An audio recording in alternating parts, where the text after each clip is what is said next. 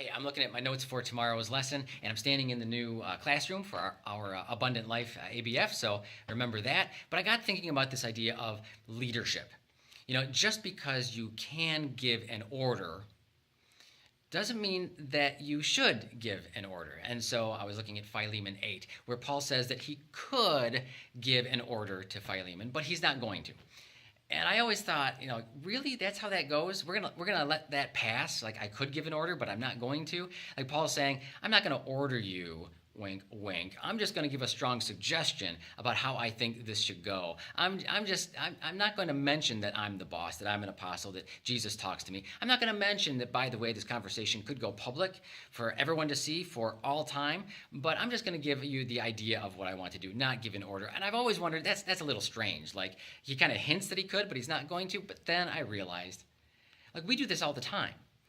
Like when our kids are little, we just tell them what to do because they're little kids. We give the order. Yeah, that's what's supposed to happen. But then our kids get older, and we know that's not enough anymore. They need to participate in these decisions. And so we go from telling them what to do to telling them, the way that we want it to go, the way that we want things to end up. And maybe they can figure out how to get there.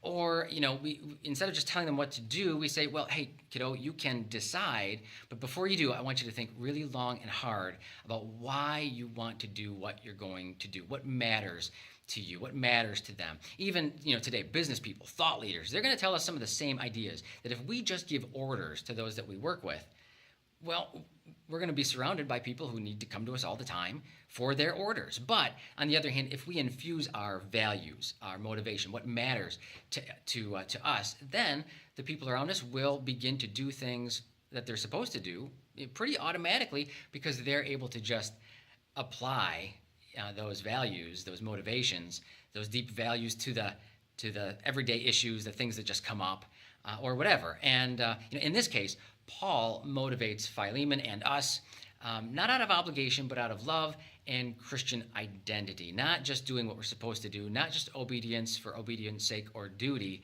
but love, Christian brotherhood, identity in Christ. And by the way, what happens after a long time of being really pressed hard to just obey for obedience sake, or just to obey out of obligation or duty?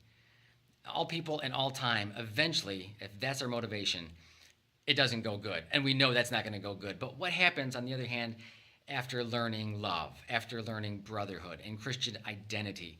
Well, that goes much better, right? That's a much better end for us. And so let's lead that way.